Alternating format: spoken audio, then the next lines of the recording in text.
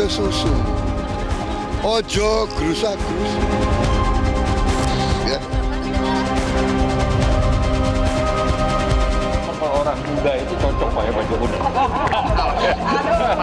Termasuk Mas Gibran ya Pak? Termasuk Mas Gibran ya Pak? Apalagi yang under 40.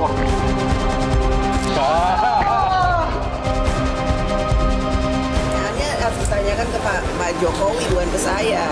Jadi nanti tanya ya, kalau Presiden udah pulang masih pendukung Pak Ganjar Pranowo atau punya pilihan lain ya. Tolong ditanyakan, saya juga mau tahu jawabannya.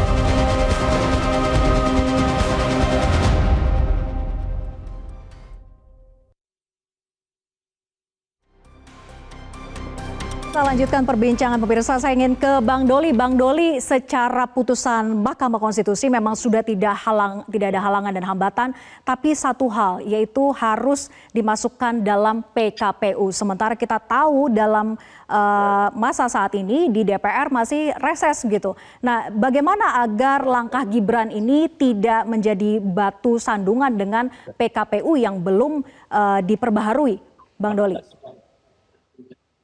Iya, memang sesuai dengan Undang-Undang Nomor 7 Tahun 2017, ya, setiap ada perubahan PKPU itu harus dikonsultasikan dengan DPR dan pemerintah. Nah, tetapi kan memang sekarang kita menemui kendala teknis, ya, karena sekarang kita masih dalam masa reses. Nah, akhirnya kemarin KPU itu sudah mengirimkan surat ya ke Presiden dan kemudian juga kepada pimpinan DPR, tentu saja juga ke kami dan juga kepada seluruh partai politik ya, mereka memberitahukan ya adanya putusan Mahkamah Konstitusi yang memang itu secara otomatis berlaku ya, karena memang itu adalah putusan final and binding. Jadi itu pemberitahuan kepada partai politik yang memang mulai dari kemarin sampai tanggal 25 sudah harus mendaftarkan capres dan calon wakil presidennya. Karena nanti kan di DPR itu baru masuk sidang pada tanggal 1 November. Ya. Bang Doli, jadi tanpa PKPU Gibran bisa jalan menurut Anda untuk dicawapreskan? Iya. Jadi itu sudah berlaku secara otomatis karena putusannya final and binding. Tinggal nanti secara teknis, ya PKPU itu kan juga semuanya mengakomodir semua aturan-aturan prinsip ya, aturan prinsip. Jadi itu nanti akan sudah otomatis berlaku. Oke, baik. Saya ingin ke Bang Saleh. Bang Saleh, kalau memang tidak ada batu sandungan, tidak ada halangan, maka Gibran akan dicawapreskan menjadi cawapresnya Prabowo begitu ya. Tadi dikatakan Mas Adi Pray bahwa Golkar akan untung banyak kalau memang Gibran dikuningkan. Nah, lalu apa untungnya bagi PAN untuk tetap berada di koalisi Indonesia Maju dan mendukung Gibran pula di dalamnya? Jadi kami kan sudah 2 pemilu mengusung Pak Prabowo jadi presiden. Jadi kalau ditanya apa untungnya bagi PAN, ya kalau Pak Prabowo menang sekali ini, maka tentu ya untung bagi PAN karena kami memang keinginan kami bagaimana Pak Prabowo bisa jadi kepala negara, kepala pemerintahan. Dengan begitu kita berharap bahwa pembangunan Indonesia ini akan lebih cepat dilakukan begitu. Jadi ini kan cita-cita yang sudah lama ditanamkan oleh Partai Amanat Nasional.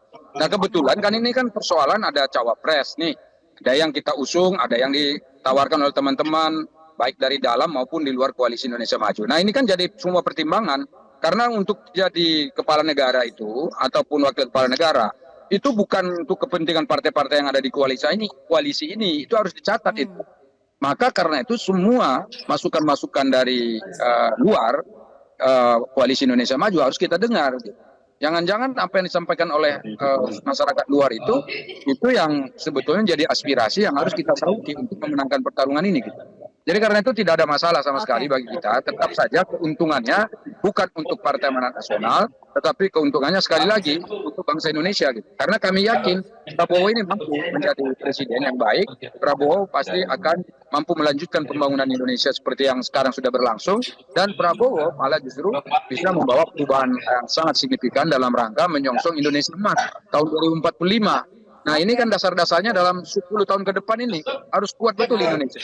Jadi karena itu stabilitas menjadi sangat penting. Dan maka kita sekali lagi sudah yakin bahwa Prabowo ini akan ya menjadi presiden yang sangat baik dan bisa melanjutkan apa yang sudah dicapai sampai hari ini.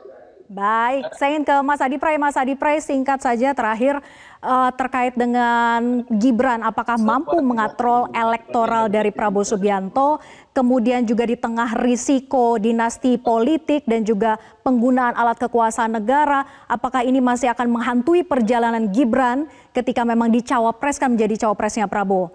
Mas Adi Pray. Ya, saya kira itu pertanyaan yang cukup berat ya. Saya beberapa hari yang lalu di sebuah diskusi mengatakan bahwa tak ada rumusnya, tak ada sejarahnya elektabilitas itu bisa diwariskan.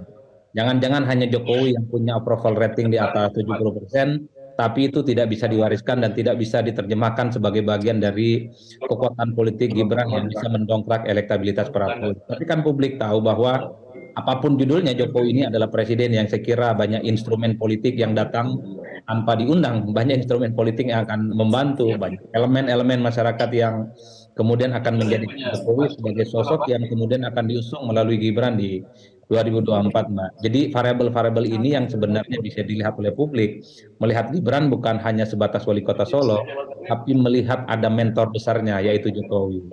Nah, yang kedua sebenarnya kalau mau jujur, kalau kita membaca angka-angka statistik, memajukan Gibran itu satu perjudian yang nggak main-main. Karena apapun popularitas dan elektabilitas Gibran itu kalah mentereng dibandingkan dengan nama-nama yang lain. Di antara sisa waktu 3 bulan ini tentu agak rumit sebenarnya untuk terus menggenjot elektabilitas dan popularitas Gibran.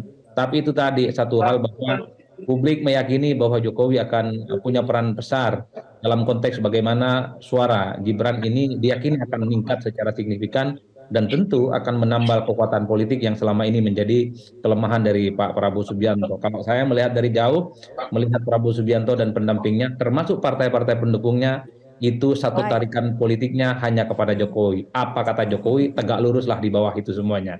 Saya kira di situ, Mbak. Apa kata Jokowi? Terima kasih Mas Adi Pray, Bang Doli dan juga Bang Saleh sudah bergabung bersama kami di Prime Time News. Selamat malam. Jelajahi cara baru mendapatkan informasi. Download Metro TV Extend sekarang.